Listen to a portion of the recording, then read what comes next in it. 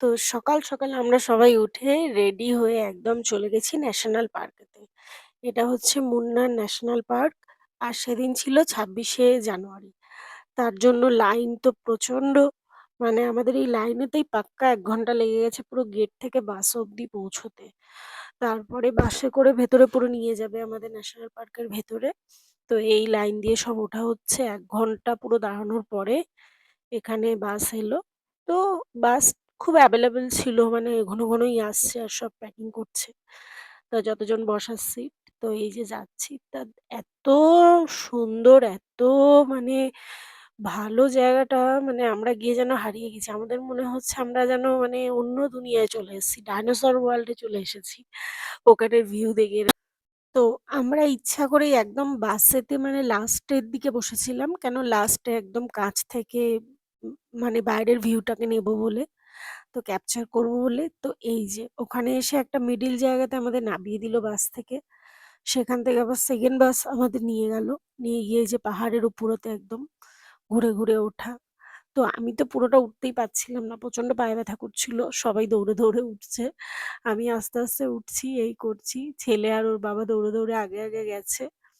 পুরো পাহাড়টাতে উঠলাম। এখানে অনেক কিছু ছিল। তা আমরা শুধু হরিণটাই দেখতে পেয়েছি। একটা হরিণ ঘুরছিল। বাকিগুলো তো অত লোকজন বলে বেরোয়নি। তো এই ন্যাশনাল পার্কের এটা ভেতরটা অসম্ভব সুন্দর। মানে ধারণার বাইরে।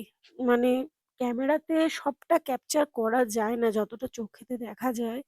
মানে যারা গেছো এই জায়গাটা তারা তো জানোই। মানে অসম্ভব সুন্দর, অসম্ভব। তার মধ্যে ওরকম মেঘ করেছে। পুরো মেঘটা মনে হচ্ছে নেমে আসছে। তো এই যে পুরো ভিউটা ভেতরে খুবই সুন্দর জায়গা। তো অনেকক্ষণ ঘুরলাম এখানে ২-৩ ঘন্টা আমাদের এখানেই কেটে গেল। ওই ওপরে গিয়ে। তা ঘোরা হলো। তো এই যে পুরো ক্লান্ত তারপরে সব ঘুমিয়ে পড়েছে।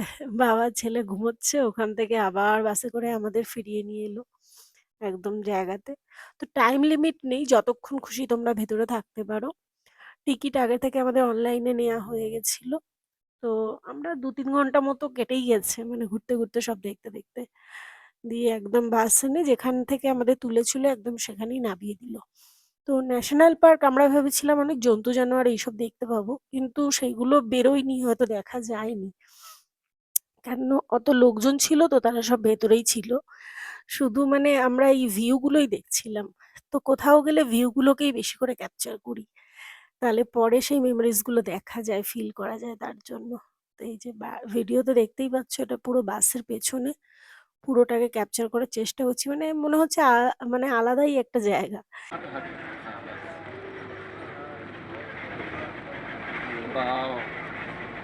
দেখো এটা। সত্যিই লাগছে ডাইনোসর যুগে চলে এসেছি। ২০০০ বছর পুরনো আগের পিছনে এসে গেছি।